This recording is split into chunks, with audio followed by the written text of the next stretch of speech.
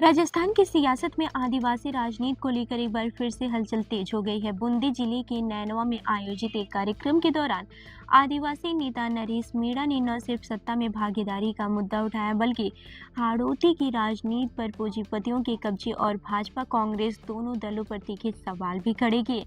उनके बयान आने वाले समय में हाड़ौती और राजस्थान की राजनीति को नई दिशा देने वाले माने जा रहे हैं। बता दें कि कार्यक्रम को संबोधित करते हुए नरेश मीणा ने कहा कि आदिवासी मेड़ा समाज का इतिहास गौरवशाली रहा है। प्राचीन काल में भले ही समाज को ग्रंथों और औपचारिक शिक्षा से वंचित रखा गया, लेकिन इसके बावजूद हमारे पूर्वजों ने अपनी बुद्धिमत्ता और पराक्रम से शासन किया। उन्होंने कहा कि आज के लोकतांत्रिक दौर में किसी भी समाज की असली ताकत सत्ता में उसकी भागीदारी से तय होती है। नरेश मीणा ने हाड़ौती क्षेत्र की राजनीति पर सीधा हमला बोलते हुए कहा कि यहाँ आदिवासी मेड़ा समाज की संख्या पर्याप्त होने के बावजूद उसे जानबूझकर हाशिए पर रखा गया है।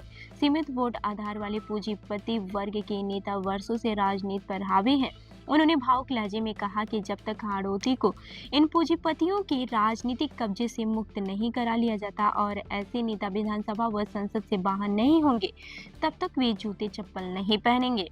उन्होंने आगे कहा कि सत्ता से दूर रहने का खामी उन्होंने आगे कहा कि सत्ता से दूर रहने का खामियाजा समाज को भुगतना पड़ रहा है। हाड़ौती में आदिवासी समाज के अधिकारी कर्मचारियों को प्रताड़ना झेलनी पड़ती है, डर के माहौल में नौकरी करनी पड़ती है और कई बार उनका व्यवसाय तक बंद करवा दिया जाता है।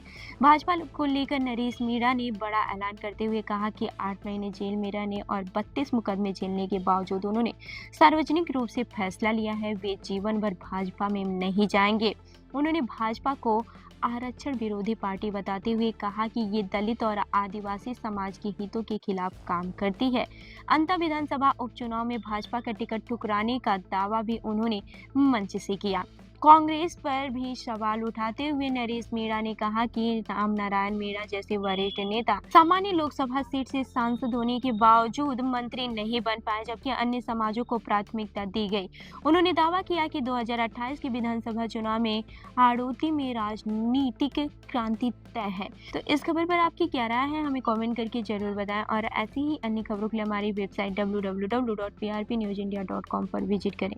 धन्यवाद।